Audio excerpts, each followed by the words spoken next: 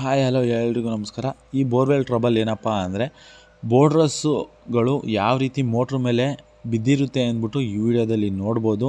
ಮತ್ತು 40 ಅಡಿ ಕೇಸಿಂಗ್ ಇರೋದು, ಇದು ಪ್ಲಾಸ್ಟಿಕ್ ಕೇಸಿಂಗ್ ಹಾಕಿರೋದು 40 ಅಡಿ.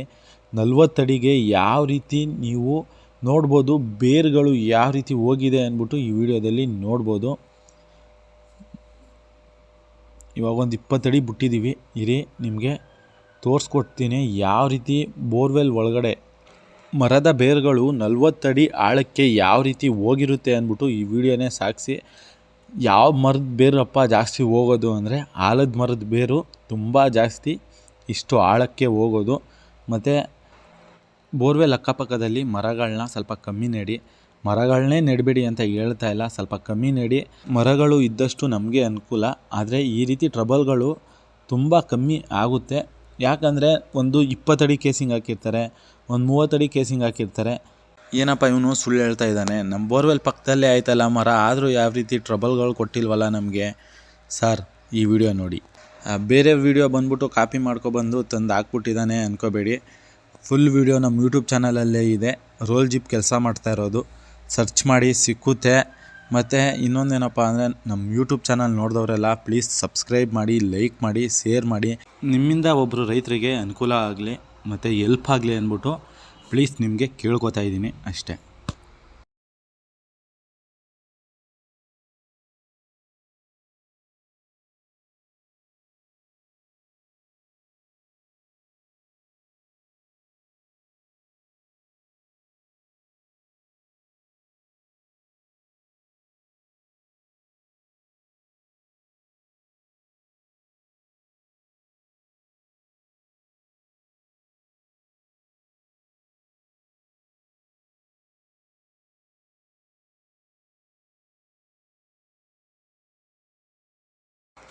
ಸ್ಟಾಪ್ ಮಾಡಿ ನೋಡಿ, ಇವೇನೇ ಬೋರ್ಡ್ರಸ್ ಕಲ್ಲು ಯಾವ ರೀತಿ ಇರುತ್ತೆ ನೋಡಿ ಬೋರ್ವೆಲ್ ಒಳಗಡೆ.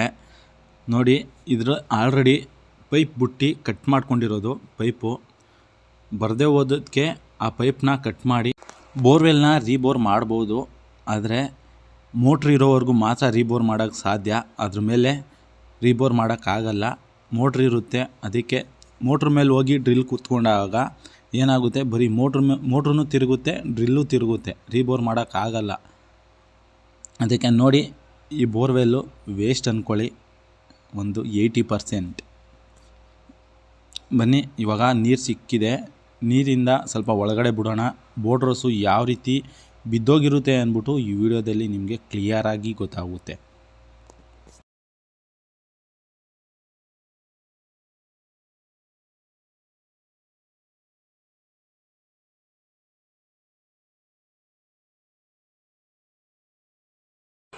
ನೋಡ್ಬೋದು ಫ್ರೆಂಡ್ಸ್, ಇಲ್ಲಿ ಪೈಪಿಂದ ಪಕ್ಕದಲ್ಲಿ ಯಾವ ರೀತಿ ಬೋರ್ಡ್ರಸ್ಸು ಬಿದ್ದೋಗಿದೆ ಅಂದ್ಬಿಟ್ಟು.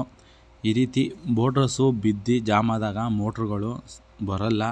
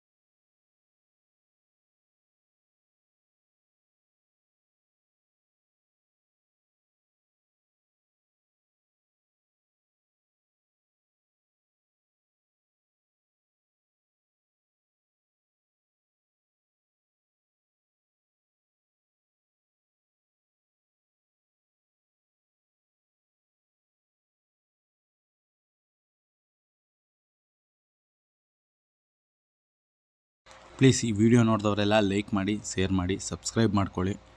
ನಿಮ್ಮಿಂದ ಒಬ್ರಿಗೆ ಹೆಲ್ಪ್ ಆಗಲಿ ಅಂದ್ಬಿಟ್ಟು ಹೇಳ್ತಾ ಇದ್ದೀನಿ ಅಷ್ಟೇ.